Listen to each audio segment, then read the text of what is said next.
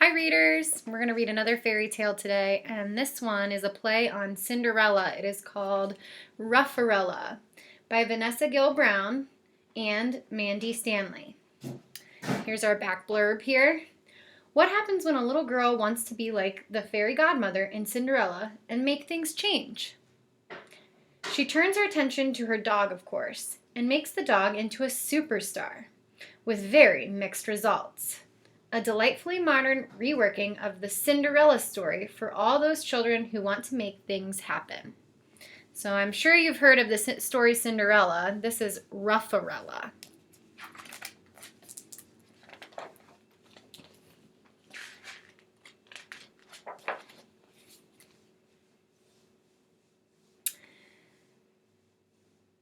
Diamante loved stories, and her most favorite was Cinderella. She liked to imagine that she was the fairy godmother, the one who made things happen. She desperately wanted to turn something into something. But what? One day, her eyes rested on Ruff, her dog. Aha! She would turn her dog into a human, into a Rufferella. How about it, Ruff? She exclaimed. Want to be a girl? Ruff didn't really like being a human much, but Diamante could be very convincing, and soon Ruff was sure it was all trifle and television in the human world. But how would it happen? She didn't even have a magic wand. I don't need one, said Diamante confidently. I will teach you how to be a human. It isn't difficult.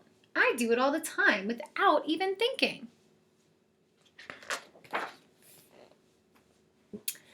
So the lessons began. First, Diamante dressed Ruff in human clothes, did her hair in human style, and applied some makeup.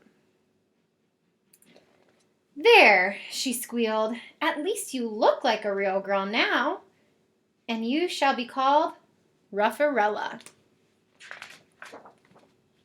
Next, Rufferella learned how to eat with a knife and fork and drink from a cup, and how to cough and sneeze politely. Diamante also tried to explain about not taking all the chocolate cookies for yourself, but Rufferella found this very hard and very difficult to swallow, unlike the chocolate cookies. Look at it her way. Finally, allowed to eat human treats, and she's supposed to let others choose first? Sausages in particular would have posed a problem. Rufferella loved those more than anything. Diamante decided to show her off at a friend's birthday party. You shall go to the ball, Rufferella. Well, Penny's party anyway. But you mustn't let anyone know you're really a dog.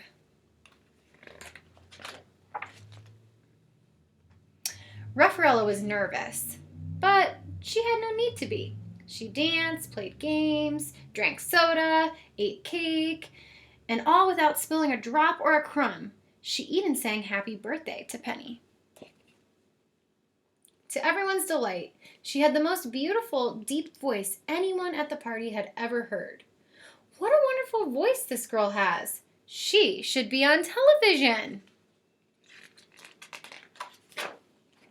Uh-oh. After that, she was invited to sing at other people's parties, and then in theaters, where crowds came to hear the amazingly sweet, low voice of little Rufferella, and eventually she did sing on TV. Diamante always went with her, but she couldn't help feeling a bit left out. There was no time for playing soccer or rolling around on the carpet like they used to. Still, it was fun being Rufferella's assistant. One day, among the usual heap of mail for Rufferella, a very special invitation came.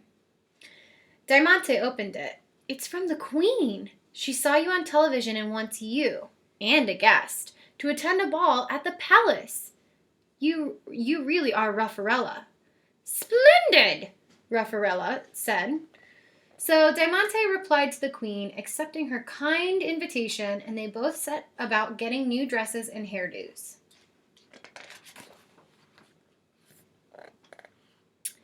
The ball was wonderful. Everything was bright and sparkling and beautiful. Everyone wanted to dance with Rufferella and compliment her on her charming and unusual singing voice. Then they were escorted to the dining room. Rufferella was worried. Diamante's place was miles away. She'd never been totally on her own before, and she was hungry. And the prince next to her was just a teeny bit stupid and boring, and the dress was just a little bit tight. She wondered what was for dinner. She watched as the queen was served. It was sausage. Sausages! Rufferella took one look and leapt onto the table, bounding towards the queen.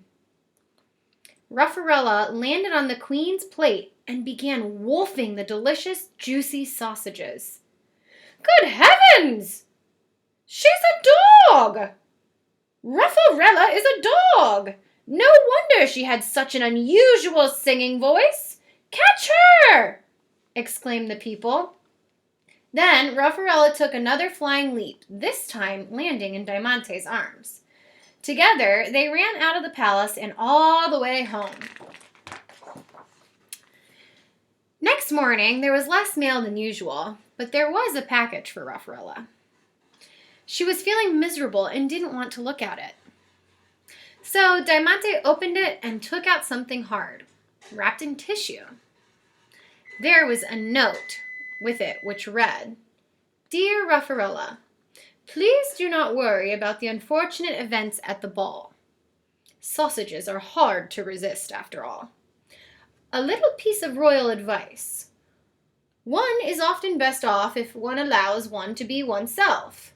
By this I mean that while I make a reasonable job of being queen, I should make a pig's ear of being a pop star. Take care, dear. Queen.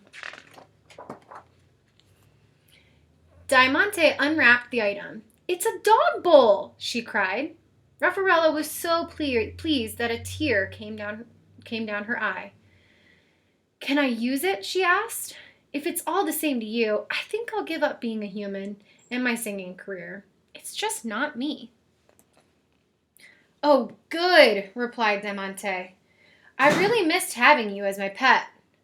Ruff smiled and said, No more Rufferella?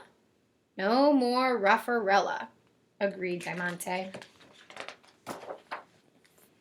How about a trip to the park to play catch? Asked Diamante. Ruff yelped in agreement, and off they went. Everything was back to normal. And that's it. I hope you enjoyed this different version of Cinderella called Rufferella. All right, see you next time.